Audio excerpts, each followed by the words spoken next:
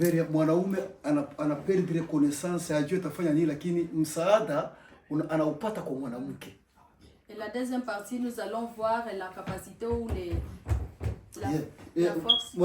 Mwanamke anaenda intervenir. L'intervention d'une femme dans le royaume. Ouais. Yes, na vie actuelle, na maisha. Et dans la vie actuelle. Alafu ya mwisho. Et la dernière partie. Tuta débattre kidogo tu. On va débattre juste un peu. Kutokana na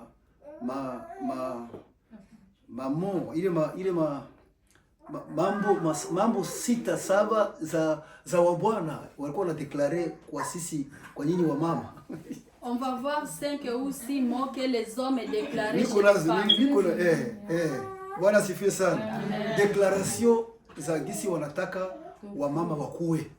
Donc c'est la déclaration des hommes qui veulent comment les mamans peuvent être. Ouais. Manake à partir de nitazisoma, tasoma côté positif, c'est bien, na côté négatif, nitaisoma. Alafu nataka nisikie mawazo yako. Lui il va lire côté négatif et côté positif. C'est surtout si tu es intéressé sana na côté négatif. Et nous serons vraiment intéressés sur le côté négatif. Sangine wanaanza kusema négativité na haiko na c'est pas haiko vile. Ndio nataka négativité mu kitu kiko négatif. Kumbe c'est pas bali sema ni kusema walikuwa na hawastaki. Peut-être qu'il voulait dire quelque chose qui est négatif au moment où c'est pas comme ça. C'est comme si nous accusaient les femmes. Non, ce n'est pas comme si walikuwa tu wanawaakize. Ça veut dire qu'ils nous accusaient nous les femmes. Sasa ile makization nataka tutadebatre kidogo. Saa ingine kwa kitu mnaweza kusema normalement c'est vrai ou c'est pas vrai. Unaweza ukasema wewe. Donc on va parler concernant les accusations que les hommes donnent. Peut-être que c'est vrai, peut-être que c'est faux. C'est amina. Amen. Tuingie première partie. Nataka sasa hii hapa tuko nous sommes 18h combien? 18h32. Mama, sema tumalize saa ngapi? Comme ça ni tutoke au tupatie kila leçon tupatie 30 minutes 19h30 tumalize. À cette heure, nous sommes 18h30 minutes. J'aimerais assez que la maman puisse donner l'heure qu'on puisse terminer à quelle heure. Toi 18h, tu fika pale ni 30 maman tunamaliza na 20h top. Ça veut dire qu'on va terminer à 20h juste. Sawa, OK. OK, ouais. 19h45. Hata tumalize na saa 2 tu bien juu utasema juu kadeba na ukadeba njoo Laisse qu'on puisse terminer à 20h juste parce que vous allez aussi parler. Juu enseignement haiko prédication. Parce que l'enseignement ce n'est pas la prédication. Enseignement ni enseignement. L'enseignement c'est l'enseignement. Mwenye alipita celui qui a passé au banc de l'école anaweza kucomprendre enseignement maana yake ni kitu gani. Huyo mwenye amepita kukiti kwa masomo anaweza kaelewa mafundisho ni kitu gani. Amina. Amen. Sasa hata tumwangalie huyu mama huyu mshinemite. Mshunem. OK, là on va regarder la maman là, Shunemite.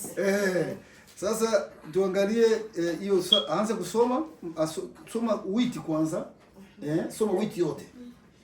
Parler à haute voix. Ou bien quelqu'un d'autre peut lire? Lire. On va lire 8 à haute voix. Est-ce que non? Un jour, c'est petit, mais je vais essayer. Un jour, Élisée passait à Sunem.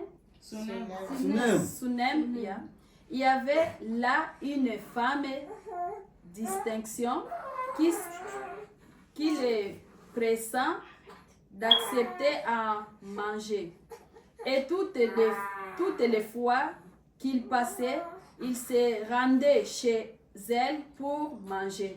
OK, c'est 8? Oui, ça c'est 8. OK, tuende pole pole sasa. Bwana sifiwe sana. Amen. Huyu mama Mshunem. La maman Sunemite. Alikuwa mariée. Elle était mariée. Alikuwa na mume wake. Elle avait son mari. Lakini huyu mama Mais la maman là, alikuwa mama wa cheo.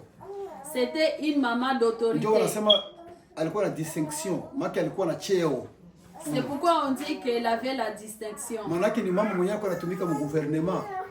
Ça veut dire c'est une maman qui travaille dans le gouvernement. Sasa tutaendelea mbele. Quand on va avancer, utamuona kama huyu mama alikuwa na titre mukijeshi. Et vous allez voir que la maman avait vraiment un titre dans la dans l'armée. En bref, nikusema alikuwa autoritaire. En bref, ça veut dire qu'elle était autoritaire. Amen. Amen. Amen. Amen. Unaona identification yake ni mama iko mnyumba lakini ni autoritaire, ni mtu mkubwa. C'est une maman qui était dans la maison, mais c'est une maman qui est respectée, donc elle avait l'autorité. Iko na distinction, ni mtu mkubwa, iko na mamlaka mserikali. C'est une maman supérieure, donc elle a le titre dans l'armée.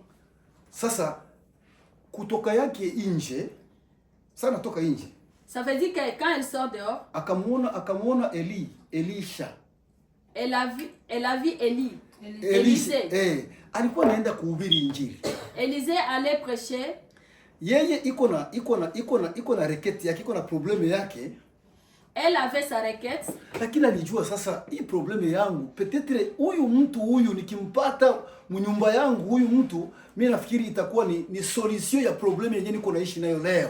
Elle a pensé que cet homme-là qu'elle a vu, et avec la requête qu'elle avait, peut-être si elle trouve l'homme dans sa maison, ça peut être une solution dans ses problèmes. Kwenye Elisha alikuwa anatoka na kwenye alikuwa anaenda ni mbali, maana alipana picha ya kuchoka na njaa. Là où Élisée sortait et là où il allait, c'était vraiment loin. Et puis il présentait comme si il a faim et il est fatigué. Il fallait alale, alafu njoo aendelee. Il fallait qu'il puisse trouver l'endroit pour dormir et demain continuer avec les chemins. Lakini alikuwa akimaliza kula, ule mama akamkaribisha mnyumba. Akamwambia no, akainsister. Unasikia alisema insistance pale, Et la maman là qui est dans la maison. Manake Elisha alikuwa nakataa.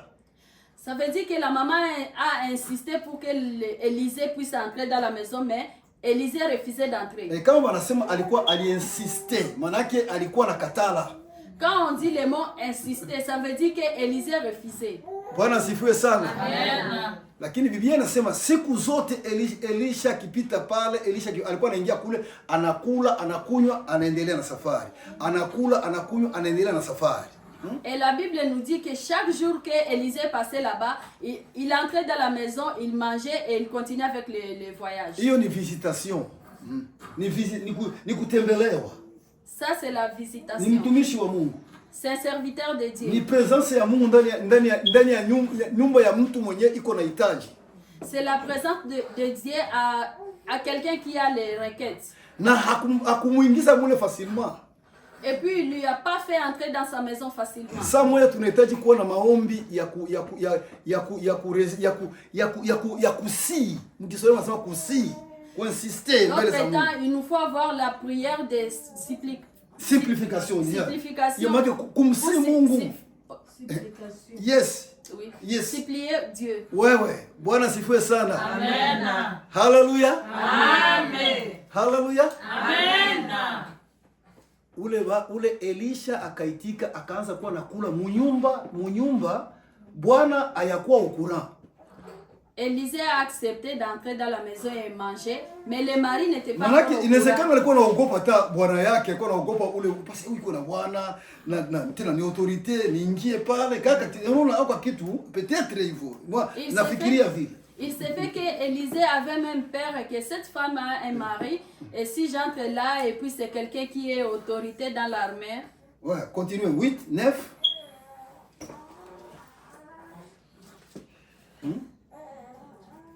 Ungekuwa nasoma, ungekuwa tusomea comme ça. Elle dit à son mari, vois-tu, je sais que cet homme qui passe toujours chez nous est un saint. Akamwambia nani? Akamwambia nani? Son mari. Sunaona sasa, sunaona. Ni choqué? Ouais. Faisons une petite chambre indépendante et mettons-y pour lui un lit, une table, un siège et un chandelier, afin qu'il puisse se retirer quand il viendra chez nous. Ok. nataka kusimamia pale, alafu niingie mu explication kidogo, alafu nyuma tutaingia mu resultat ya hiyo situation gisi inavyokwenda. Il va s'arrêter par là et puis il va entrer dans l'explication et après il va avancer et expliquer comment ça avance. Bwana sifiwe sana. Amen. Sasa huyu mama mshuneo. Et cette maman Shunemite. Sunemite. Non, akasema no, hii haitoshi. Elle a dit non, ça suffit pas. Il faut huyu mtu alale, huyu mtu tumjengee ni hapo kwanza lilianza kuwa mawazo yake. Il faut que cet homme cherche l'endroit là où il va dormir et ça c'était dans ses pensées. Mbele amwambie bwana yake tout d'abord ni yeye ndio alianza kuviwaza tout d'abord yeye bwana. Avant qu'elle puisse dire ça à son mari, c'est elle-même qui a commencé à penser de ça. Akaanza kuwaza non, huyu haitoshi tu visitation. Non, il faut ademere. Il faut ademere. Na ndio ni vizuri sana bwana anademere, bwana anaikaa ndani mwako, anaikaa kabisa. Anakuwa wako milele na milele. Jina la Bwana libarikiwe. Amen. Elle a pensé qu'il faut que cet homme puisse rester dans cette maison. Et puis il nous faut que Dieu demeure dans nous. Basi kama bibi mnyenyekevu, kama mwanamke tena mwenye hekima. Et puis une femme intelligente. Juu wanasema Biblia inasema hivi, mwanamke mpumbafu anakuaga anabomoa nyumba yake na mikono miwili. Proverbe 14. Parce que la Bible nous dit qu'une femme ignorante détruit sa maison par ses propres mains. Amina. Amen. Akasema hiki kitu huyu bwana nataka tumjengee nyumba hapa. Elle a dit que cet homme, je veux qu'on puisse construire une maison ici. Kumkaribisha mwanaume mwingine aingie aikae mu nyumba yako. Accueillir un autre homme dans ta maison et demeure dans ta maison. Tumjengee. Construire. Maana yake ni ingine chambre ya wengine bwana. Ça veut dire c'est une autre chambre d'un autre homme. Maana yake mule munyumba mtakuwa bwana hapa? Oui. Ça veut dire dans cette maison il y aura deux hommes. Tena msikie wajirani hapo pote, wajirani wote. Et puis ce qui est grave, les voisins de l'entourage là. Wanajua kama ule bwana hazalaki. Les voisins savent que cet homme ne met pas au monde. C'est awasali wako awasali. Ils n'ont pas des enfants. Bwana sifiwe sana. Amen. Akasema angalia gisi mwanamke iko fort. Naambia wewe uko fort, uko msaidizi. Regarde comment une femme est forte. Une femme c'est l'aide. Wewe hauko udongo, wewe ni mfupa. Toi tu n'es pas la terre, tu es l'os. Hallelujah. Amen. Na kila siku mfupa unafinyaga udongo. Et chaque jour l'os peut unafinya unadetruire, una nguvu kushinda udongo. Ça veut dire que ça peut détruire ou briser la terre. Wewe sasa akamuita bwana yake. Maintenant elle a appelé son mari. Akamuinformer. Elle a informé. Malgré que mimi niko autorité mu gouvernement, niko autorité. Malgré qu'elle est autorité dans l'armée, lakini napasha kumheshimia mume wangu. Mais elle doit respecter son mari. Bwana sifiwe sana. Amen. Acha ni muombe. Laisse-moi demander. Akamwambia eske unaona huyu bwana mwenye anapitaga hapa kula, unaona tumjengee aikae aishi hapa. Voilà, est-ce que tu vois comment l'homme qui passe ici, tu trouves comment si on construit une maison ici? Alafu aikae hapa. Et puis qu'il puisse demeurer ici. Bwana sifiwe sana. Amen. Hallelujah. Amen. Bwana akamwambia nono, hakuna problem chérie. Le mari a dit il n'y a pas de problème chérie. Unasikia bwana anakukubalia kitu kama kile, c'est pas facile. Tu vois que ton mari puisse accepter cela, c'est pas facile. Hallelujah. Amen. Akatransformer nyumba, akamjengea, kila kitu. Elle a transformé la maison, elle a construit tout dedans. Répétez encore, wanasema nini? Alimwambia, unateremka mpaka 10. Parlez à haute voix. À haute voix. Elle dit à son mari, vois-tu, je sais que cet homme qui passe toujours chez nous est un saint. Pia somea shimama. Uonekane kama uko nasoma. À haute voix, watu wasikie na wakuone. Elle dit à son mari, voici, je sais que cet homme qui passe toujours chez nous est un saint homme de Dieu. Unasikia? Ni na huyu bwana mwenye anapitaga hapa ni saint. Comment unajua kama ni saint? Ni saint, c'est-à-dire que huyu mwanamke, qualité ya kwanza ya mwanamke, qualité ya kwanza ya mwanamke. La première qualité d'une femme, anakuwaka na esprit ya discernement.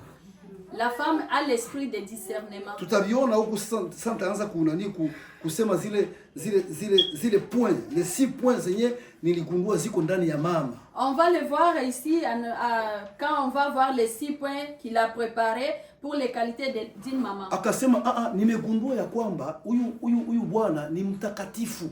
Elle a dit que j'ai découvert que cet homme est saint. Ni mtu wa Mungu.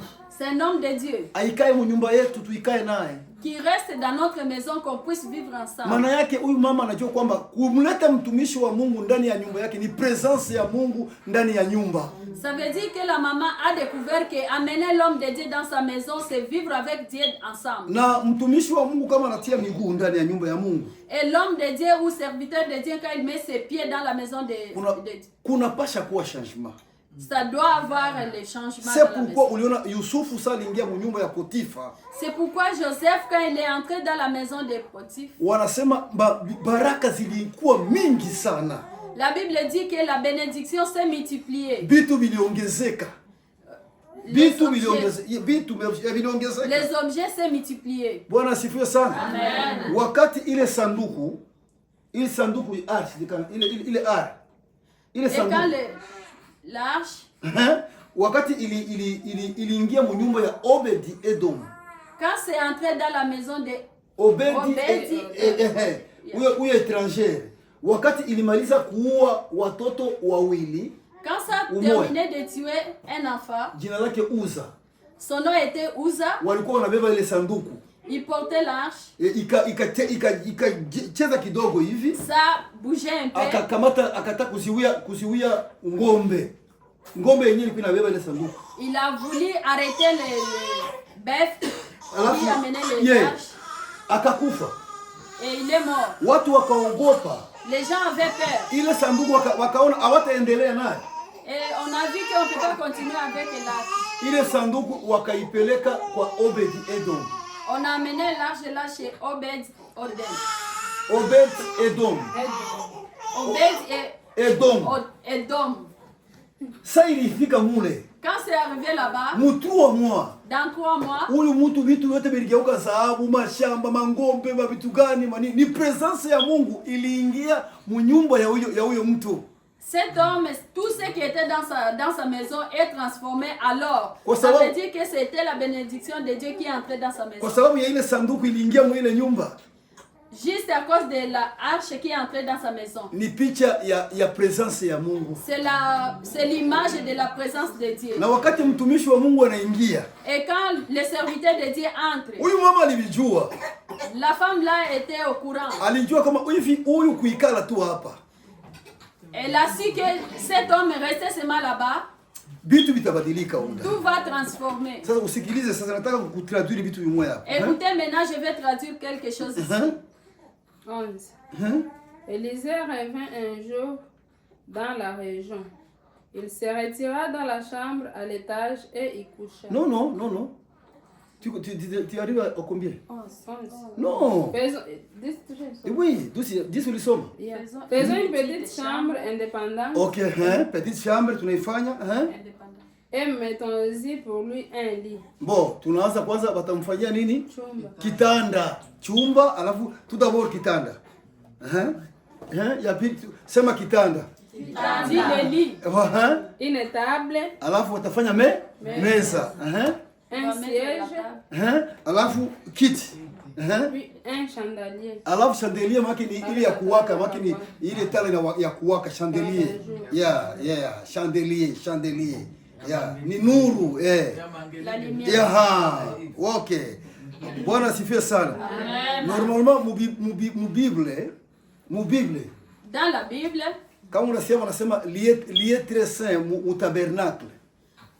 Kama wanasema lien takatifu.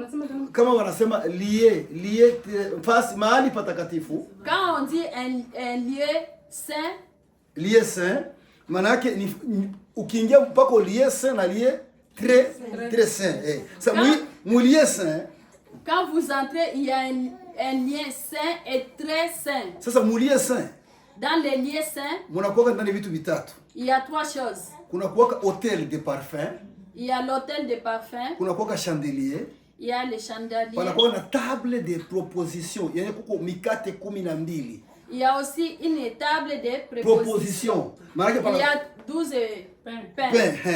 Ni tribu ya Israeli ile. C'est 12 tribus d'Israël. Sitaki kutafsiri pale. Hii chandelier inakuwa kuna waka pale mulie saint. Le chandelier qui est là, ça éclaire dans les lieux saints. Yeah, ni anor. C'est en or. C'est ni pureté, ni utukufu, ni kitu kizuri. C'est le pureté. Ni mwanga. C'est la lumière. Bwana sifiwe sana. Amen. Hallelujah. Amen. Sasa wanasema muile chambre yenyewe walimfanyizia huyu mtumishi wa Mungu. Maintenant on dit dans la chambre qu'on a fabriqué, on a construit pour l'homme de Dieu. Mule ndani muko kitanda mule. Là dedans il y a le lit. Mule mshambre ndani muko kiti. Là il y a une siège. Yeah, na muko ndani na meza inaandikiaka eko. Il y a aussi une table là où il est. Na kuko taa. Il y a aussi la lampe. Bwana sifiwe sana. Amen. Kwa nini walimtilia kiti?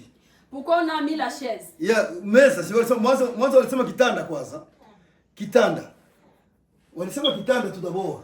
Tout d'abord ils ont dit le lit. Walimfanyizishia kitanda. Ils ont mis le lit. Sasa kitanda maana yake ni nini? Maintenant le lit ça veut dire quoi? Haoni kitanda ni nafasi ya kupumzikia. Tu veux pas que le lit c'est un lieu de se reposer. Haleluya.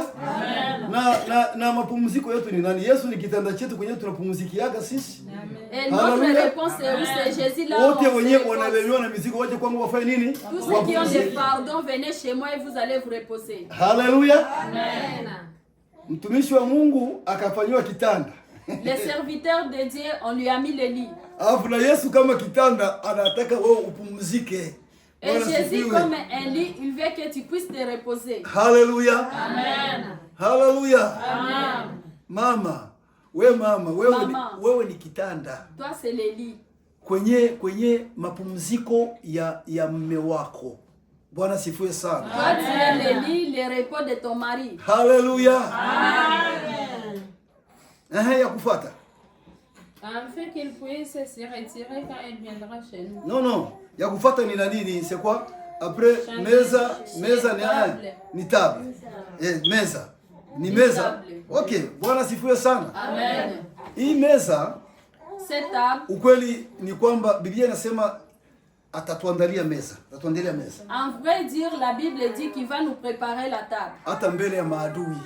Même devant les ennemis. Watatuona tuko tunakula, watoto wako wanakula. Ils vont nous voir, on mange et tes enfants mangent. Manake ndani ya nyumba yako hapata kuwa njaa. Ça veut dire dans ta maison il n'y aura pas la famine. Amekutilia meza. Il t'a mis la table. Jina la Bwana libarikiwe. Amen. Alafu meza. Maintenant la table. Siku moja nilienda pale kwa mganga. Un jour il est parti à la clinique chez un docteur. Yes, ningeliweza kwenda kuangalia mke wangu alikuwa anaenda kuzaa. Il devrait aller voir sa femme qui devrait accoucher. Na mimi ndio nilimpeleka kwa mganga. Et c'est lui qui l'a amené à l'hôpital. Wakamfikishia kumeza. On l'a juste déposé à la table. Kumeza, meza wakamlalisha. À la table, juste à la table on l'a allongé. Manake kumeza. Ça veut dire à la table. Kumaelezo mengine wanafanyaga kwa operation kumeza. Dans une autre manière, on fait l'opération sur la table. Haleluya. Manake kama meza imeingia mule ndani mwa ile chambre. Ça veut dire comme la table est entrée dedans dans la chambre. Manake kutakuwa operation mule mwa ile nyumba. Ça veut dire il y aura l'opération dans cette chambre. Haleluya. Haleluya. Haleluya. Amen. Rebo shiketekeleba. Haleluya.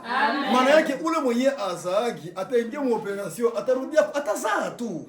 Bwana sifiwe sana.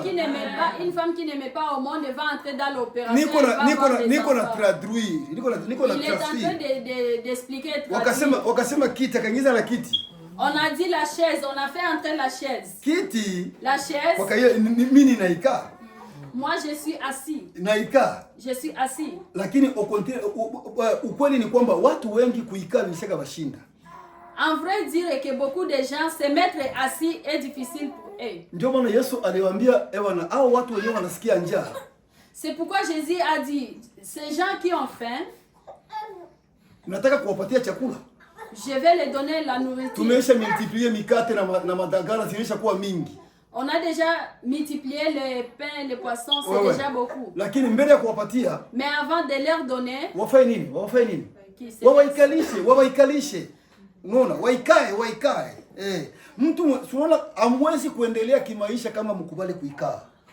Avant de les donner la nourriture, il faut qu'ils se mettent assis. Et puis on peut pas avancer tant qu'on n'est pas assis. Sasa utapata enseignement namna gani kama wao ikae? Comment est-ce que tu auras l'enseignement si tu n'es pas assis? Kama mimi niko na vile vitu ya kuweza kuwaelezea nyinyi, kuwafunza nyinyi. Si lui a des choses à vous enseigner, kwa sababu nilikubali kukaa. C'est parce qu'il a accepté de s'asseoir. Na Yesu alianza kunilisha. Et Jésus a commencé de les nourrir. Watu wengi, beaucoup de gens, hata ndani ya bunyumba, même dans les foyers, kama haupendi kukaa, si tu n'acceptes pas de t'asseoir, kuna watu mubunyumba sio hivi ndio mimi naikaa. Il y a des gens dans les foyers, tu vois comment moi je suis assis. Lakini hata mkanisa mara zingine, même dans l'église watu wako hivi. D'autres gens sont comme ça. Manake kesho anaanza kaenda tu. Ça veut dire que demain il peut partir. Anaanza kuingia mkanisa leo, kesho unasikia iko kanisa lingine, maana mule mkanisa haikai, haikala. Ça veut dire il peut entrer aujourd'hui à l'église, mais comme il n'est pas assis, il peut partir à tout moment. Na sasa unajua huyu hataendeleaka. Et tu vois, avec une pareille personne ne peut pas avancer. Hata mbunyumba kama hauna ile hali ya kukaa, ya kutulia kukaa. Même dans les foyers, si tu n'as pas l'esprit de t'asseoir. Pamoja na matatizo lakini unakaa. Avec les difficultés, mais tu restes assis. Utajenga mbunyumba. Tu vas construire ton foyer. Amen. Bwana asifiwe sana. Amen. Shida waikae, kukaa. Le problème est que ils ne sont pas assis dans leur foyer. Alléluia. Amen. Na ya mwisho ni nini? Ni taa. Yeah. Yes, Yesu ndio taa. Et le dernier c'est la lumière et Jésus est la lumière. Adam wa kwanza. Le premier Adam. Aliingiza giza duniani. Il a fait entrer l'obscurité dans la terre, dans le monde. Lakini Adam wa pili. Mais deuxième Adam. Akaja kama nuru. Il est venu comme la lumière. Akaleta mwanga duniani. Il a amené la lumière dans le monde. Na ile nuru akaitupatia sisi. Et la lumière là, il nous a donné. Na akasema kwenye tutakuwa sisi. Et il a dit là où nous serons. Tunahitaji kuwa nuru, tuangaze. Nous demandons à être la lumière et éclairer. Bwana asifiwe sana. Amen. Est-ce que munyumba yako uko nuru wewe? Est-ce que dans ta maison tu es une lumière? Bwana asifiwe sana. Amen. Est-ce que munyumba uko lumière, uko mwangaza? Est-ce que tu es dans la lumière dans la maison? Bwana, unaya kuna wengine bwana akikuya. Tu sais, il y a d'autres hommes s'il arrive. Akifika mbele ya mlango. S'il arrive devant la porte. Anapiga magoti na anapiga alama ya msalaba. Anataka kuingia huko ndani mwa nyumba. Il arrive devant la porte, il se met à genoux et il fait le signe de la croix avant d'entrer. Huyo unasema huyo bwana anakuja. J'ai dit un homme qui arrive dans la maison.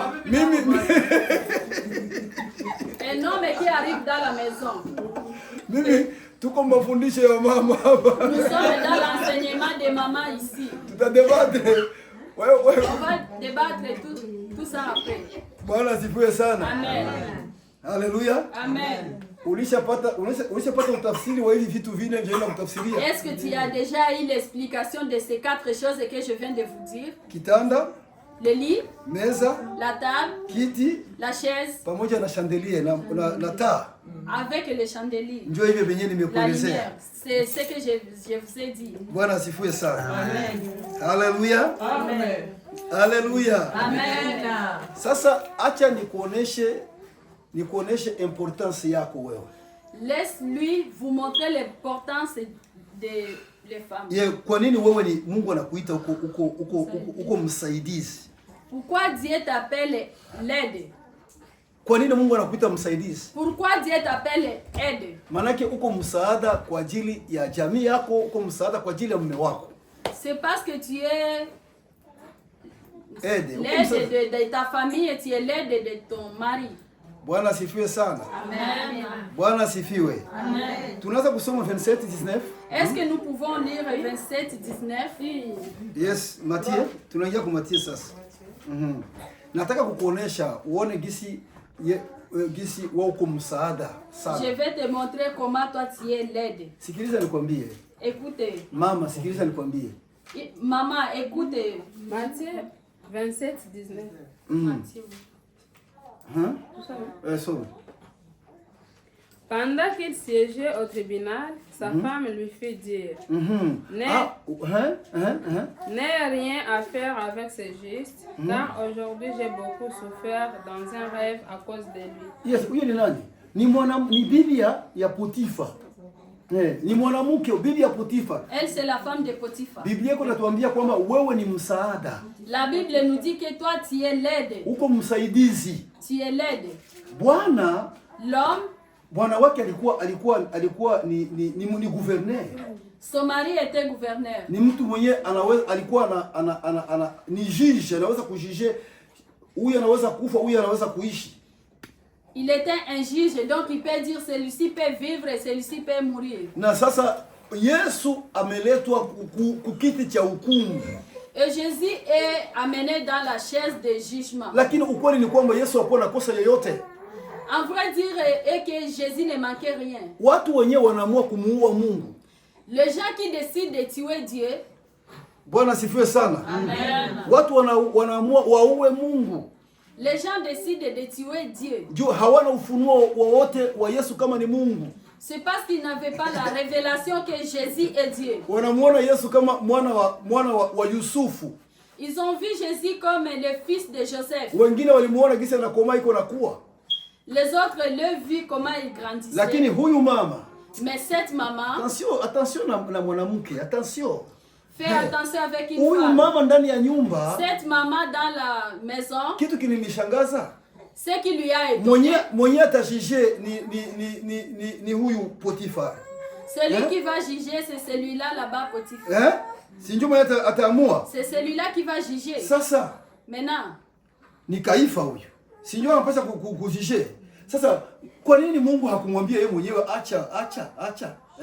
Lakini akampitia mwanamke.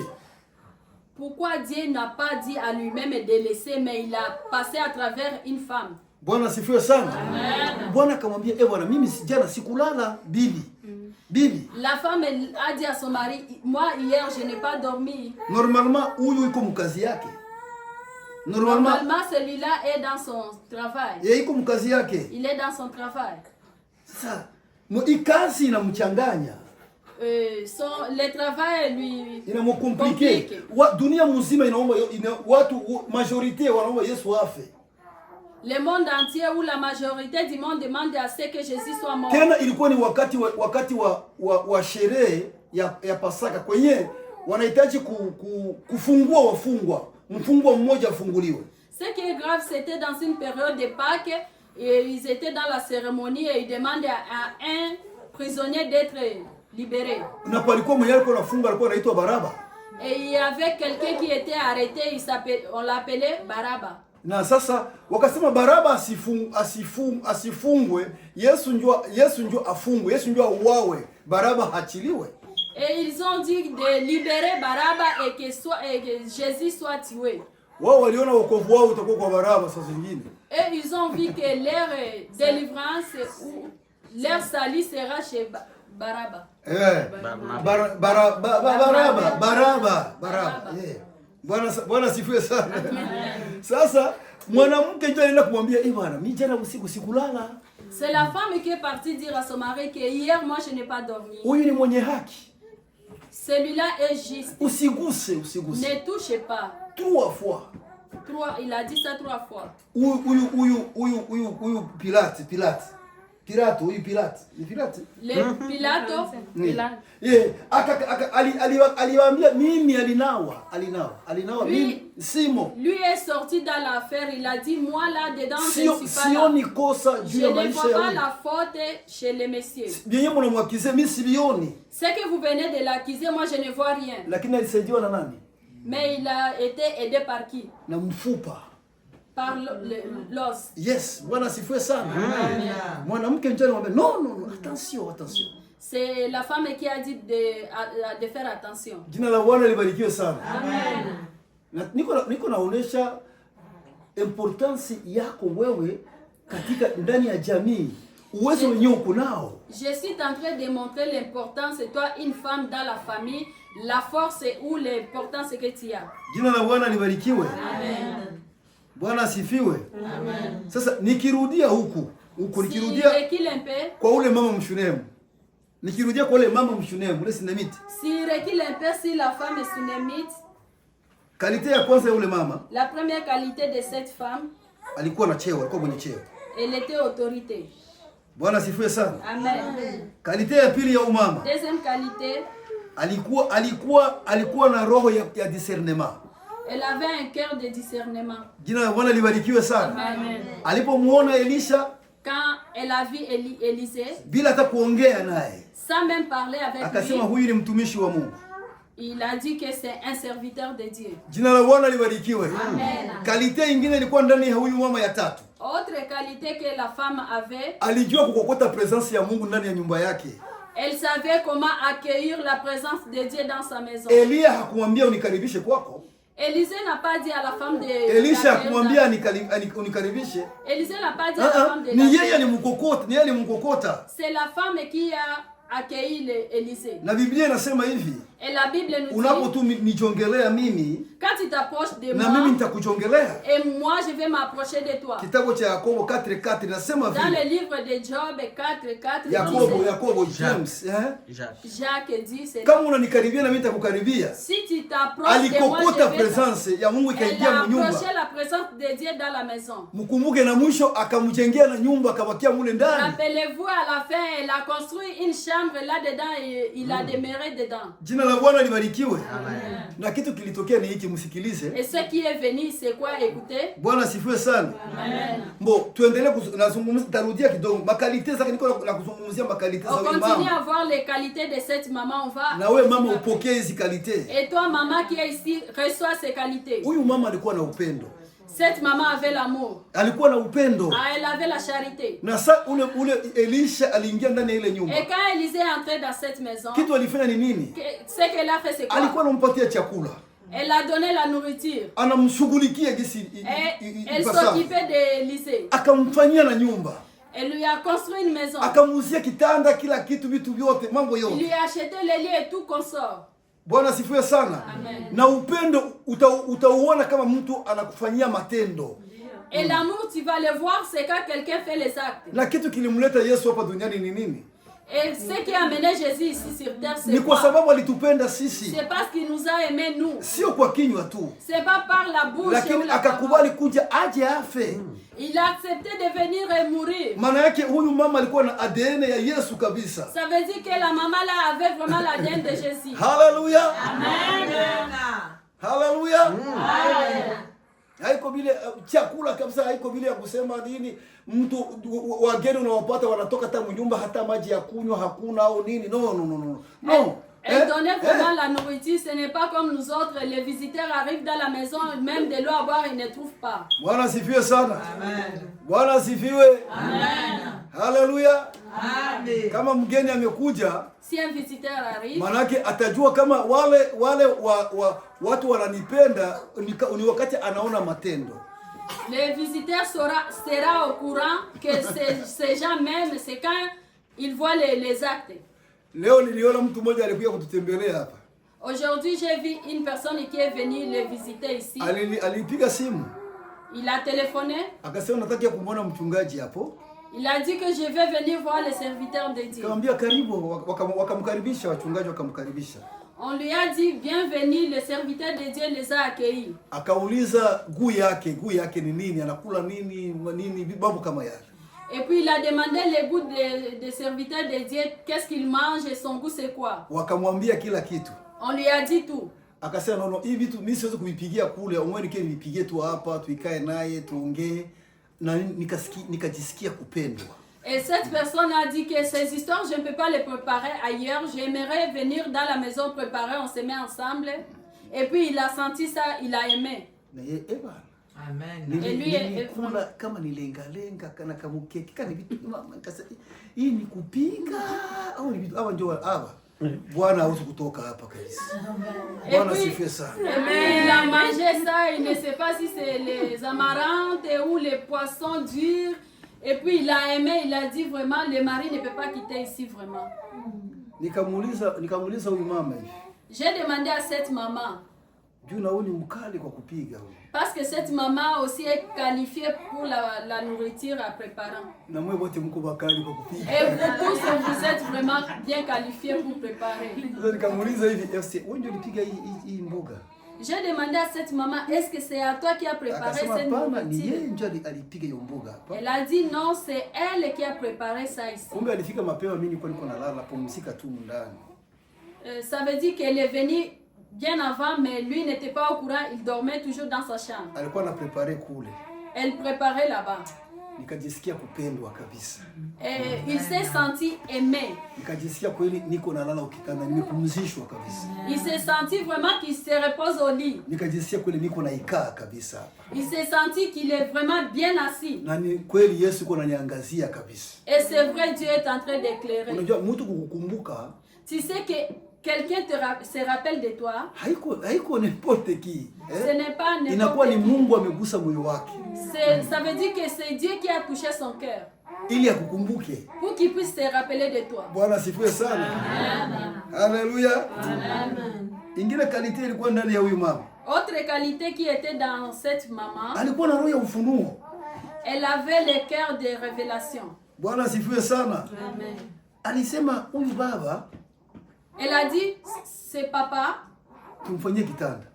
qu'on lui fait un lit, qu'on lui construit une maison, qu'on lui met une chaise. Tu vois qu'on a expliqué ces choses. Il y a d'autres choses qui sont prophétiques.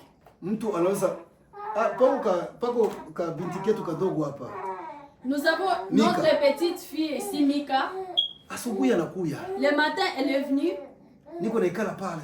Il était assis là-bas un jour. Elle est venue avec une fleur et il lui a donné. Ces fleurs, il a mis là-bas dans la chambre. Et ça est dans la chambre, la fleur. Quand je vois cette fleur, je vois directement la fille. Bwana sifiwe sana. Maana yake mtoto, maana yake ndani mwake mko upendo. Ça veut dire dans cette petite fille, dans elle il y a l'amour. Nani mwenye kumbuka alishaka waza kuniletea mimi liua? Nani? Qui s'est déjà rappelé de lui amener une fleur? Qui parmi nous?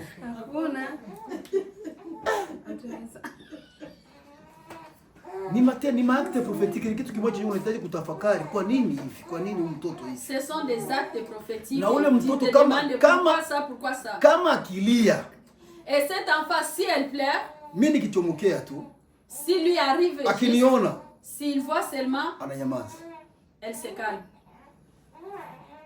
Akilia akosake kulia anza kuleta hata 8 fois par jour. Si elle pleure, elle ne manque pas de pleurer. Elle peut pleurer même 8 fois par jour. Na alangoya mimi nikuye kumnyamazisha. Et puis elle doit attendre que lui arrive pour lui calmer. Unaona huyu mama alikuwa na roho ya ufunuo.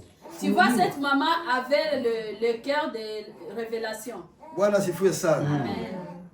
Sasa acha tusome sasa turudie pale kuna ni kuderwa.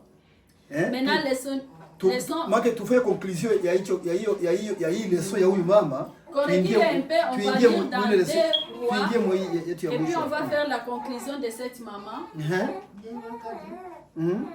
Yeah, derwa toujours 4. Yeah. Ushasoma 11, teremuka sasa. 12, hein? Il dit à son serviteur Géaz, appelle cette Sunamite. Sikiliza sasa. Appelle cette Sunamite. Géaz l'appela et elle se présenta. Commencez à partir de 11. Il dit, à partir 11. Élisée revint un jour dans la région. Il se retira dans la chambre à l'étage et y coucha. 12. Il dit à son serviteur Géaz, appelle cette Sunamite. Géaz l'appela et elle se présenta devant lui. Unajua kama tayari kwa shekala pale ameshamwingia nyumba. Tu sais qu'il était déjà là. Anaangalia maentretien gisi wanamshughulikia, gisi wanamkamata no. Un jour, il a regardé les entretiens, il a regardé comment on s'occupe de lui. Akaamka. Il s'est réveillé. Akasema unitie ule mama mshunemu, muite hapa. Et puis il a dit, appelez-moi la femme là, Sunémite. Go ahead. Élisée dit à Géaz, dis-lui, tu t'es donné toute cette peine pour nous, que pouvons-nous faire pour toi? Unasikia sasa? Tu écoutes maintenant. Ulitutunza, ulitushughulikia sana. Tu t'es occupé beaucoup de nous. Ulifanya dépenses nyingi sana kwa ajili yangu. Tu as fait beaucoup de dépenses sur moi. Sitatoka hapa bila liombi kabisa. Liombi la baraka hapa. Lile lenyewe. Il ne peut pas quitter ici sans la prière. Vraiment la prière vraiment qui est Dieu. Ya kukutana na mahitaji ya hii nyumba. De se rencontrer avec les requêtes de cette maison. Hallelujah. Amen. Elisha akasema no, muite ule mwanamke, muite ule mama. Élisée a dit non, appelez cette femme. Tunataka kuenda siku tumekaa hapa, hata wakati tunalala, ifo tuendeleshe kwanza na kazi ya Mungu. Ndio tunakia kulala hapa, kile twende mbele niende najisikia nataka kufanya kitu. Appelez cette femme, nous devons partir, on ne peut pas rester ici. Avant que j'aille, j'aimerais faire quelque chose. Faut-il parler à ta faveur au roi ou au chef de l'armée? Elle a répondu, je vis bien tranquillement au milieu de mon peuple. Élisée dit, que faire pour elle? Géaz répondit, en fait, elle n'a pas de fils et son mari est vieux. Oh, son mari est vieux. Est vieux. Manake nini vieux? Mzee. Manake hawezi. Kupiga ngoma tena hawezi. On a dit que son mari est vraiment vieux. Donc quand il est vieux, il est maintenant incapable, il ne peut pas. Ouais. Hawezi kuzaa tena, hawezi hata, hana nguvu. Hawezi kubusi tambo tena. Bwana sifiwe sana. Amen. Sikiliza. Akasema mumuite ule mama, mumuite. Il a dit d'appeler cette dame. Kambia mama, tukuombe promotion au gouvernement. Élisée a dit à cette femme, maman, qu'est-ce que tu veux? Tu veux qu'on demande pour toi la promotion dans le gouvernement? Tumwambie mfalme. Qu'on puisse dire au roi. Akutoshe moyen niveau akufanya kuwa général. Qui te fait quitter dans ce niveau et te faire monter. Akasema no, sina kitu mwa hii familia. Akasema sina kitu. Maana yake alikuwa anasema kama hana mtoto. Maana kuna kitu kinakosa. Bwana sifiwe sana. Elle a dit que je n'ai rien dans cette famille. Quand elle dit qu'elle n'a rien, ça veut dire qu'il y a quelque chose qui manque, donc elle n'a pas l'enfant. Géaz akamwambia Élisée. Géaz a dit à Élisée. Akamwambia hana mtoto hapa, hana mtoto. Ils n'ont pas d'enfant ici. Kwa nini hana mtoto? Pourquoi ils n'ont pas d'enfant? Akasema bwana yake ni Futi. Et puis ils ont dit que son mari est incapable. Futi. Incapable, impuissant. Piga fimbo kisu nataka ni Futi. Donne le fouet comme tu veux, mais il est impuissant. Ouais. Sasa na quartier mzima najua kama huyu baba hazalaki hawezi acha kwa mzee, lakini mwanaume mwingine ameingia mule ndani, wanakuwa wanaume wawili sasa. Et dans le quartier, il savait que le papa est impuissant, il n'aimait pas au monde. Maintenant,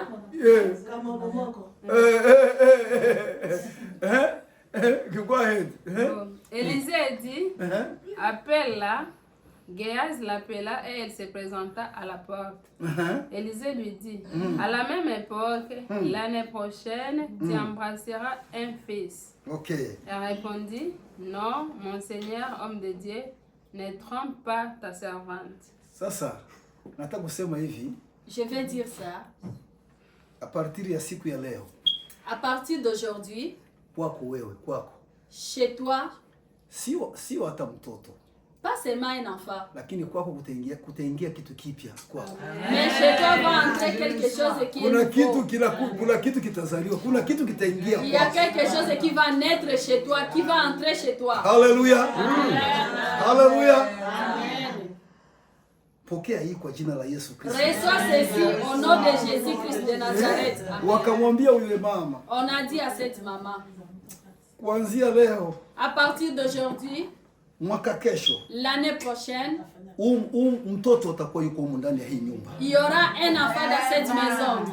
Ni kitu kinaongezeka. C'est quelque chose qui augmente. Uongezeke kwa jina la Yesu Kristo. Augmente au nom de Jésus-Christ de Nazareth. Yes, I'm just prophesying. Uongezeke kwa jina la Yesu. Amen. Prophétise au nom de Jésus. Amen. Mafuta. Ya Yesu.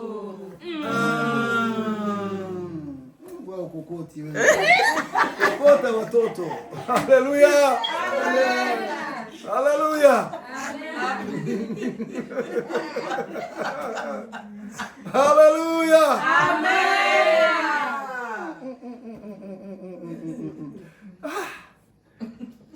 Sasa unisikilizie. Wanasema go ahead. Wanasema nini? 17. Cette femme devint enceinte et elle mit au monde un fils. Alikuwa nikatala, alikuwa anasema no.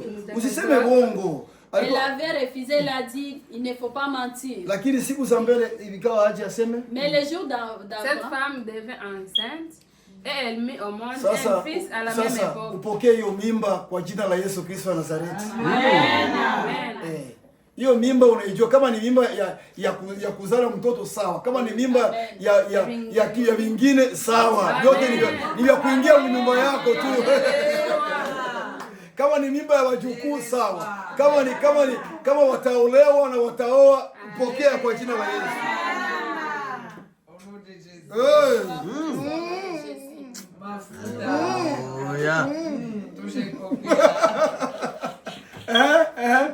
Okay.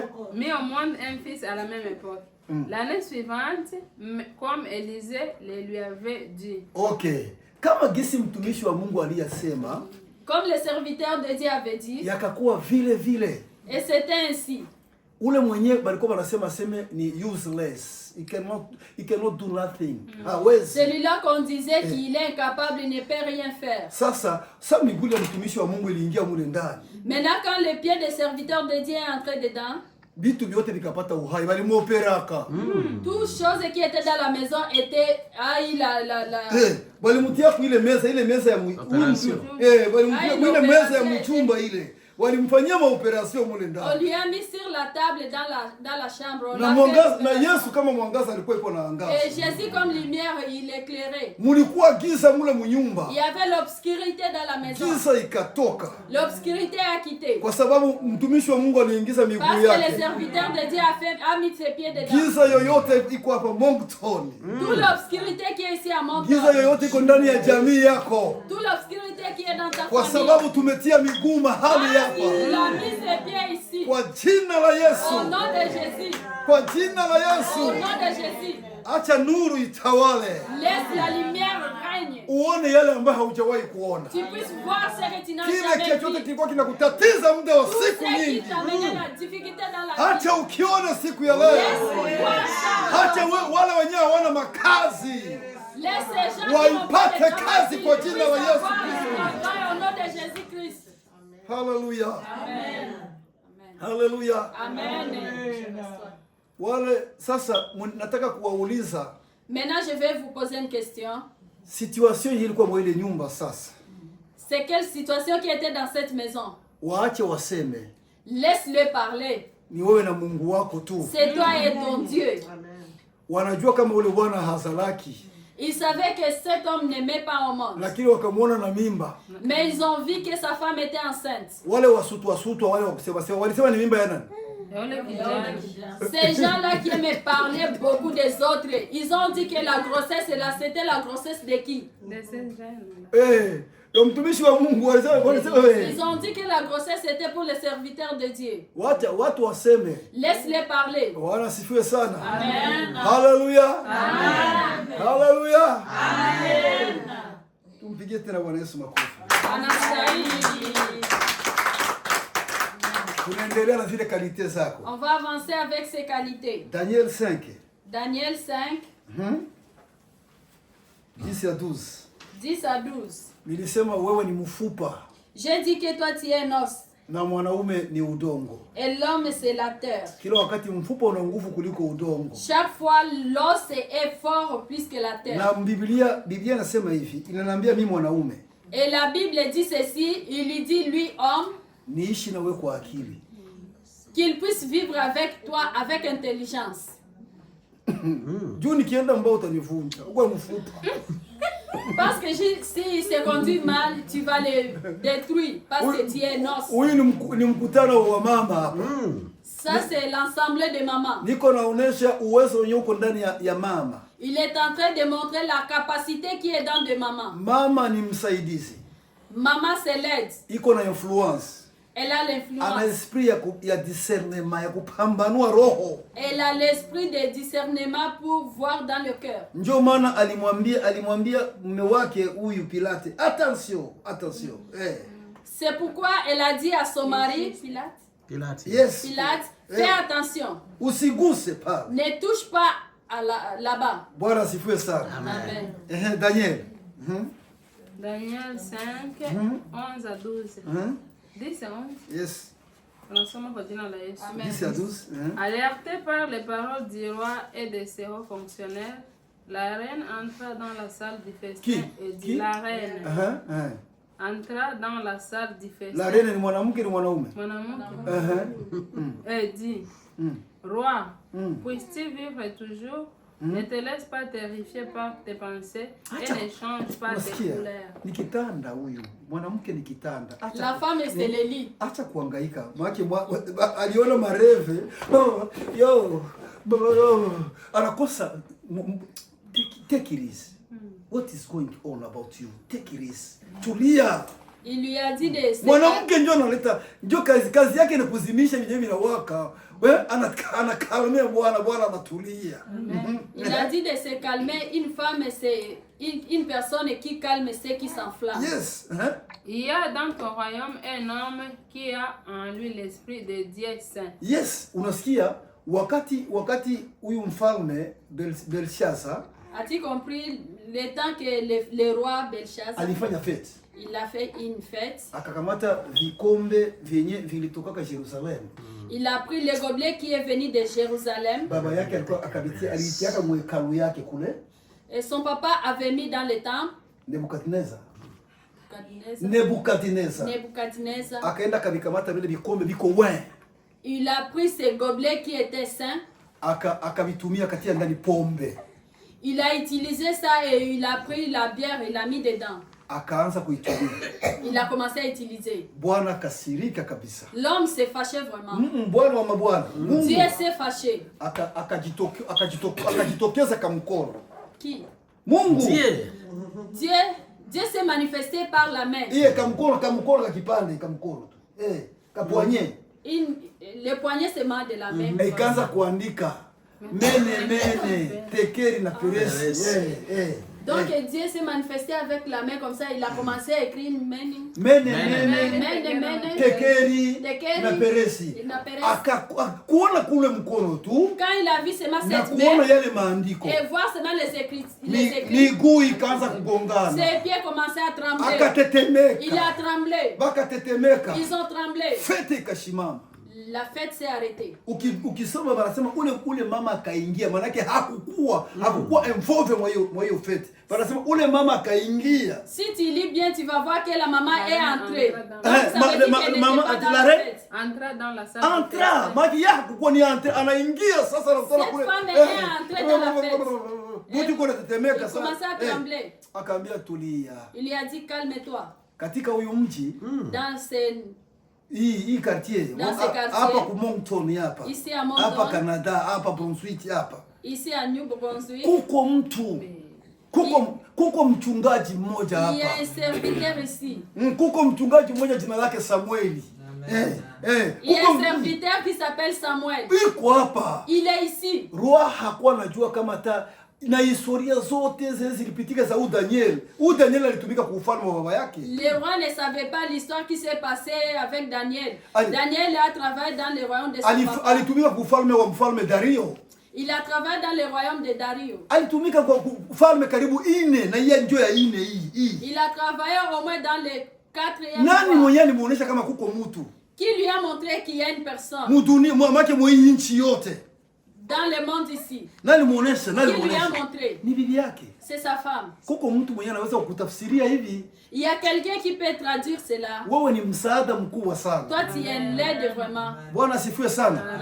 Wanasema hivi ukimuona mwanaume anasimama wa bien. On dit souvent si tu vois un homme qui se tient debout bien. Iko na défendre ma responsabilité zake. Quand un homme est en train de défendre ses responsabilités. Maana yake ujue kama iko na nyuma yake kwa kitu kizuri, pako mwanamke mzuri. Ça veut dire que derrière lui il y a quelque chose de bien, il y a une bonne femme. Mwenye iko très fort. Qui est forte. Au fait, hata ule Pilate. Même Pilate. Ça alitosha le jugement. Quand il a fait sortir le jugement. Unasikia ni mwanamke alimsaidia. Tu as entendu que c'est une femme qui lui a mwanamke hakuonekana. La femme ne se fait pas montrer. Lakini alionekana kumpitia bwana yake. Mais on l'a vu la femme à travers son mari. Maana ile sauti ya ule mwanamke njoo ilileta waamuzi pale. Ça veut dire la voix de cette femme, c'est la voix qui a mené le jugement là-bas. Jina la Bwana libarikiwe. Amen. Attention, mwanamke ni influent. Faites attention, une femme c'est influent. Iko na influence ya nguvu sana. Bwana asifiwe sana. Haleluya. Amen. Haleluya. Nehemia, niko na kuonesha tu uwe juu. Niko nasikia hapa juzi wako wanadiscuter habari zimoja kuhusu mwanamke hapa. J'ai entendu ces derniers temps on discutait à propos des femmes. Tusende ya mwisho sasa. Ndio nafikiri sisi nasema nini? Le roi et la reine assises à ses côtés. Le roi na nani? La reine. Reine ni nani? Bibi ya mfalme. Maman, la reine c'est qui? Qui est la reine? C'est la reine. La femme. Hein? Et puis assise à ses côtés, m'ont alors demandé combien de temps ton voyage durerait-il et quand serait-il de retour? Et puis ainsi le roi s'est montré disposé à me laisser partir et je lui ai indiqué un délai. Ok, unasikia Nehemi wakati alisikia kwao balibomola Jerusalem. Quand ils ont entendu que chez eux on a détruit Jérusalem. Na miri bakaangusha miri kila kitu wakalunguza mji wote. Miri c'est quoi? Miri. Le mur est tombé, on a tout détruit. Wakatoka kule wakabaleta wakakiwa wanakimbia. Ils sont sortis de là, ils sont venus en courant. Wakamletea habari Nehemi. On lui a amené la nouvelle. On a amené la nouvelle à Nehemi. Nehemi ça alisikia ile information. Quand Nehemi a entendu l'information, ikageuka ikazalisha mzigo kwake. s'est transformé comme un fardeau. Ya kwenda kujenga Jerusalem. La responsabilité d'aller construire à Jérusalem. Ajenge miri ya Jerusalem yenyewe de construire les murs de Jérusalem qu'ils ont détruits. Lakini ataenda aye. Mais il va aller comment? Ni mtumishi wa mnyumba. C'est un serviteur dans la maison. Kazi yake ni kumkunywisha mfalme. Son tâche était de le faire boire les rois. Kuminawisha mfalme mikono. Faire laver les rois les mains. Lakini sa ule Nehemi anakuja kuomba permission. Mais quand Nehemi est venu demander la permission, wanasema alikuwa na nani? On a dit qu'il était avec qui? Alikuwa na reine, alikuwa na mke wake. Il était avec la reine, donc sa femme. Jina la Bwana libarikiwe. Amen. Unasikia kusema akubaliwe apewe permission kwenda kujenga. Pour qu'elle soit acceptée, avoir la permission d'aller construire. Kulikuwa contribution ya bibi. Il y avait la contribution de sa femme. Balikuwa pamoja naye. Ils étaient ensemble. Huyu bibi angelisema haiwezekani. Si cette femme pourrait dire, ça ne se fait pas. Il ne pourrait pas aller. Amen. Hallelujah. Amen. Marko 16, 9, 10. Marko 16. Niko na kuonesha umuhimu wako, importance yako. Je suis en train de montrer l'importance ou les... umuhimu ni importance. Oui. 16, 9. À 10. Ressuscité le dimanche matin, Yesu anafufuka. Jésus apparaît d'abord à Marie de Magdala, dont il a... Njoo mwenye Yesu sana fufuka. Mtu wa kwanza walianza kukutana naye hapa kudunia ni mwanamke. Quand Jésus est ressuscité, la première personne que Jésus a vue, c'était une femme. Marie wa Magdala. Wa Magdala. Marie Magdalene. Magdala ni mji, ni Marie wa Magdala, Donc Marie démontre c'est pays. Wewe. Bwana sifiwe sana. Amen. Hallelujah. Amen. Njoo walikutana naye wa kwanza. Yesu kwanza walikuja wako kundi na wengine. Wanakia kumpakana Yesu mo parfum, wanakia kumwambome. Ils sont venus en foule pour mettre le parfum donc à Jésus. Ça alitoka tu. Quand il est sorti, hawezi kujiuliza kwa nini alimuona Marie wa kwanza Magdalene. Est-ce que tu peux te poser une question pourquoi Jésus a vu Marie première fois? Unajua kama huyu Yesu alimtoshaka mapepo 7. Est-ce que tu es au courant que Jésus a enlevé 7 démons dans Marie? Mimi naonaka hivi watu wengine wanampendaga Yesu sana kutokana na kwenye Yesu aliyowatoa. De sa façon, il trouve que beaucoup de gens aiment Jésus de la façon là où Jésus les fait enlever là où ils étaient. Bwana sifiwe sana. Kutokana na kwenye ulitoka na kwenye maisha yako inakuwa siku ya leo inakupatia kumpenda Yesu sana. Na Yesu akiona hiyo upendo kila wakati atakuwa anajitokeza kwako. Si tu aimes Jésus, ça dépend de là où tu étais et Jésus t'a fait sortir et tu regardes de là où tu es maintenant.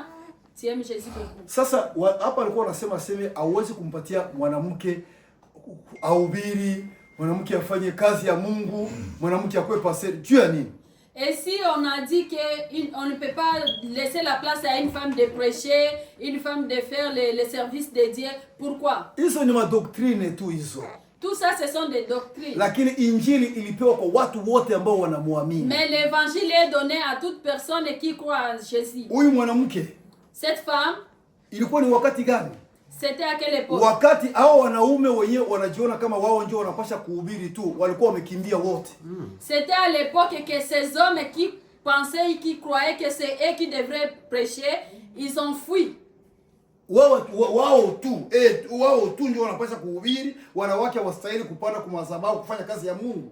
C'est juste eux qui devraient prêcher et juste eux qui doivent donner le service de Dieu, mais sasa hapo hiyo wakati walikuwa wapi? Maintenant, pendant ce temps-là, où est-ce qu'ils étaient? Wote walikimbia. Ils ont fui. Wanawake njo, wamama njo wenyewe walienda kumakaburi. Ce sont des femmes qui sont parties sur les cimetières. Ukiunganisha na Luka 23, 55, 56 ndio ya mwisho. Si tu lis dans Luc 23, niko nazungumzia kingine kitu karakteristiki nyingine iko ndani ya mama. Mama ni mhubiri, mama ni evangeliste, mama anaweza, mama anaweza. Je suis en train d'expliquer d'autres. Mama anaweza, mwanamke anaweza. D'autres capacités ou qualités qui est dans les mamans. Yes. La maman est capable. Wao ndio walipeleka injili kwa wale wenyewe walikuwa walikimbia wakafichama wale mitume. Ce sont les mamans qui ont amené l'évangile pour les gens qui avaient vu que Jésus avait envoyé. Yes, kama Yesu amefufuka. Ils ont donné la nouvelle que Jésus est ressuscité. Bwana asifiwe sana. Amen.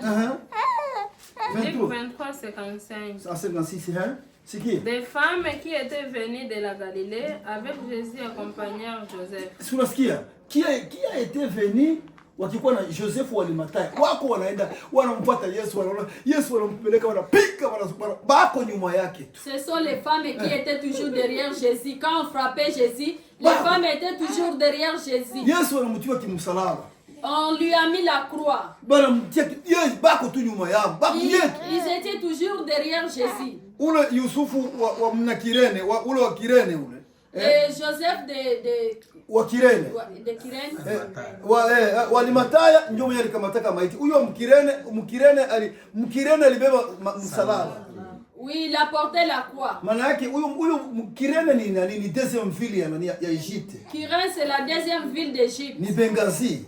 C'est Benghazi. Iwe ni Mwafrika. C'est en Afrique. Maana yake injili ya msalaba itapelekaka kwa kila sisi wa Afrika. Ça veut dire que l'évangile sera porté par eux. Ndio maana tuko hapa. C'est pourquoi ils sont ici. Tuko tunahubiri injili ya msalaba. Ils sont en train de prêcher l'évangile de la croix. Tumetoka Afrika. Ils viennent de l'Afrique. Tuko hapa. Ils sont ici. Sababu moja ni injili. Une raison c'est l'évangile. Kuna maisha na kuna injili. Il y a la vie et il y a l'évangile. Hao wote wawili tunaenda nao. Tous les deux on va ensemble. Jina la Bwana libarikiwe. Amen. Haleluya. Amen. Ukisahau injili, si tu oublies l'évangile, unasahau kwa nini uko hapa. Tu oublies pourquoi tu es ici. Jina la Bwana libarikiwe. Amen. Haleluya. Amen. Elles virent les tombeaux et la manière dont le corps de Jésus y fut déposé. Elles virent, make bako banangalia ni participe passé. Banangalia gisi biote bilaendeka, Ça veut dire ils regardaient comment tout avançait, donc c'est dans le passé, les participes passés. Puis elles répartirent et préparèrent des aromates et des parfums. Banani yao. Qui c'est? Est-ce qu'il y avait des hommes là-bas? Est-ce que tu vois qu'il y a des hommes?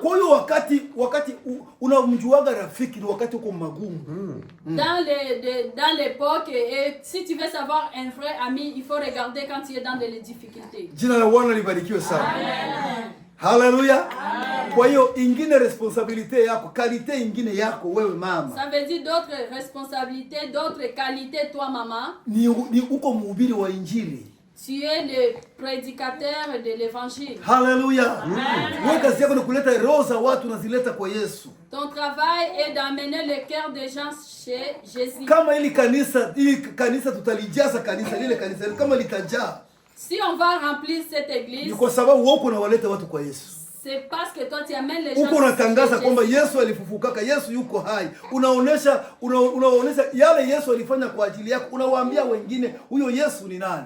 Ça veut dire tu vas aller prêcher que Jésus est vivant, Jésus est mort et il est vivant, et puis tu les amènes chez Jésus.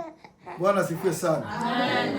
Na kama unakubaliana na mimi, et si tu es d'accord avec lui, umpigie Bwana Yesu makofi. Haleluya. Amen. Sasa katika ile sehemu ya mwisho de troisième partie, ça veut dire dans la troisième partie, nilikuwa nataka nisome kidogo. Je voulais assez qu'il puisse lire yale madai ya wababa. Les requêtes de papa ou les accusations de papa. Accusation. Bwana asifiwe sana. Amen. Kulikuwa côté positif na négatif yako vile? Il y avait des côtés positifs et négatifs. Tuanzie na positif, tumalize na négatif. On commence par positif et pour terminer avec. Alafu débat yetu kila mtu atasema kenye ameona, kenye amejifunza, kenye jinsi unajisikia kutokana na haya anataka kusema. Et puis notre débat, ça veut dire chacun va dire ce qu'il a vu, ce qu'il a trouvé, selon ce qu'il va lire. Bwana sifiwe sana. Amen. Amen. Mkote positif nasoma tu, lakini mkazo sana ni kote négatif. Dans le côté positif, il va juste lire, mais ce que là on va insister, c'est dans les côtés négatifs. Inawezekana vyote walisema sio kweli. C'est possible, tout ce qu'ils ont accusé là-bas peut être vrai, ou bien ça peut être ne pas vrai. Tutakazia sana mkote négatif. On va insister sur les côtés négatifs. Ndio wanataka mwe mufanye vile. C'est ce que les hommes veulent, à ce que vous puissiez faire. Bwana sifiwe sana. Amen.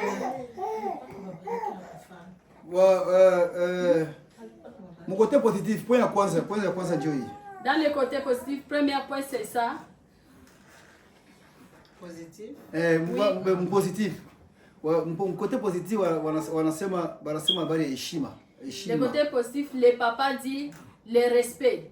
Balisema heshima. L'aspect de respect. Bwana sifiwe sana. Amen. Amen. Amen. C'est même beau. Ils ont dit qu'ils veulent que les mamans puissent donner le respect au papa. Le respect, que le respect soit. Deuxième, ils ont dit, ils demandent le cœur de pardon. Amina. Amen. Alléluia. Amen. C'est qu'on a venu à quoi qui va nous samer, kabisa.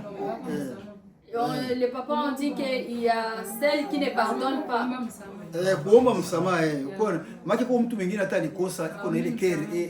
Donc il y a d'autres mamans qui ne savent pas demander pardon, même si elle est fautive, mais elle ne demande pas pardon. Na wanasema vraiment wanaomba communication, ndio walisema wanataka communication, vraiment c'est très important ndani ya famille, c'est bien. Et puis ils ont demandé la communication ou dialogue dans la famille. Unaona ule mama Shunemite. La maman Shunemite. Elle dit communiquer na bwana yake.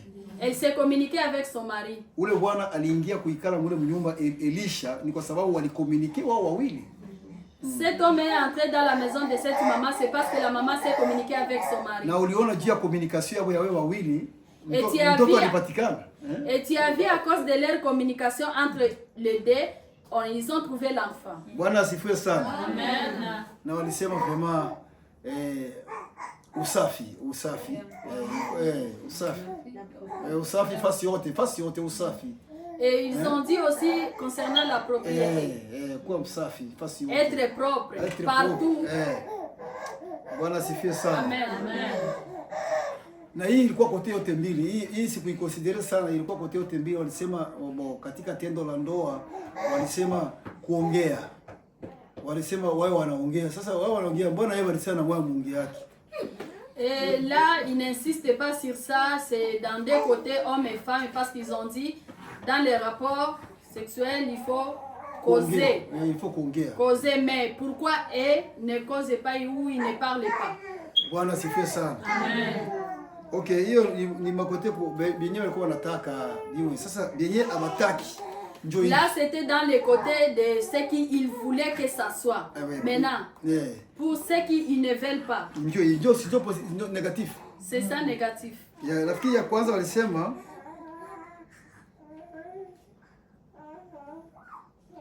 première chose, ils ont dit, walisema musio wa hypocrite. Hawataki hypocrisie. Maana kama haukurizika, kama hauko satisfait, maana usema. Et puis ils ont dit qu'ils demandent aux mamans de ne pas être hypocrites. Mko mnasikia kwa mama? Juu ni quelques minutes taacha, kama uko na neno la kusema takupatia useme, uulize. Joshua kwa nguruma kama simba. On a dit de ne pas être hypocrite. Si les mamans vous n'êtes pas satisfaites, il faut dire à vos hommes. Wanasema tena usiwe na sauti kubwa kuliko yekuku. Mara zingine utataka mwanamke hata kama uko mfupa, njoo utakuwa na sauti kuliko hata bwana yako. Biblia nayo inasema vile pamoja na kuwa wewe ni mfupa, lakini yeye ni kichwa. Et puis autre chose, ils ont dit que la femme, il ne faut pas hausser la voix plus que l'homme. Même si tu es l'os, tu ne peux pas hausser la voix. Sauti yako isiwe yulu sana. Isiwe yulu sana. Donc que ta voix ne soit pas haut plus que l'homme. Na kitu kingine cha tatu walisema ni ya management. Walisema management kwa ajili ya pesa za mnyumba. Kuna wakati bibi ana madésordre ya matumizi ya pesa. Autre chose qu'ils ont dit que c'est les dépenses de la maison, donc il y a le gaspillage d'argent dans la famille. Kimake kesho alileta kingine, kesho alileta cha hivi, alileta ya hivi ya rouge, ni ile lakini anataka wana couleur zote. Ça veut dire que les mamans, aujourd'hui tu peux amener le perruque, c'est le même modèle, mais aujourd'hui c'est rouge comme ça, mais demain c'est vert ici, gaspillage d'argent. Voilà, sifiwe sana. Amen. Mko tetu wanasema tu management, maana ni vyote vingine, maana kuna wakati unarunda vitu ulienda kuemea mingi sana, vingine hata bila kwanza mfrigo fasi ya kuingia. Et autrefois on dit le gaspillage d'argent c'est dans beaucoup de choses. Des fois, tu vas acheter la nourriture, tu achètes beaucoup. Walisema hivi, mara zingine wale watu, Biblia inasema ule baba bwanake ule mshunemu, walisema ana tena. Biblia inasema ana tena. Sasa habari hiyo haitena kama ana nguvu. Autre chose, dans la Bible, la femme est soumise. On a dit que son mari est impuissant. Maintenant, les dehors ou les voisins, ils sont au courant comment que le mari dans la maison est impuissant. Biblia ina siri, inasema mambo yote kwa wazi. La Bible n'a pas de secret, il dit tout en vérité. En vérité. Bwana sifiwe sana. Sasa banasema msiko mnakamata masiri za ndani, mnapeleka nje. Bako wanasema wanamuke hapa. Maintenant le papa demande à ce que ne prends pas les secrets de la maison et puis vous parlez dehors. Donc ce qui est à la maison reste dans la maison. Na ya mwisho ni hii. Et le dernier c'est aseme musitake kuwatawala kwa nguvu. Il ne faut pas les régner par force, donc tu veux les dominer par force. Bwana sifiwe sana. Amen. Sasa mimi namaliza mafundisho yangu ya leo. Sur ce, lui a fini son enseignement d'aujourd'hui. Mbona nataka kusikia mareponse yenu ya kila mtu sasa kutokana na hivi, alafu tutaomba. Maintenant il veut écouter vos réponses. Chacun va donner la réponse concernant de ce qu'il vient de parler. Sasa hii mareponse tuendelee kwa nani? Nafikiri tukate inaweza kuwa sawa. Je pense qu'on peut. Bwana sifiwe sana. Amen. Yeah.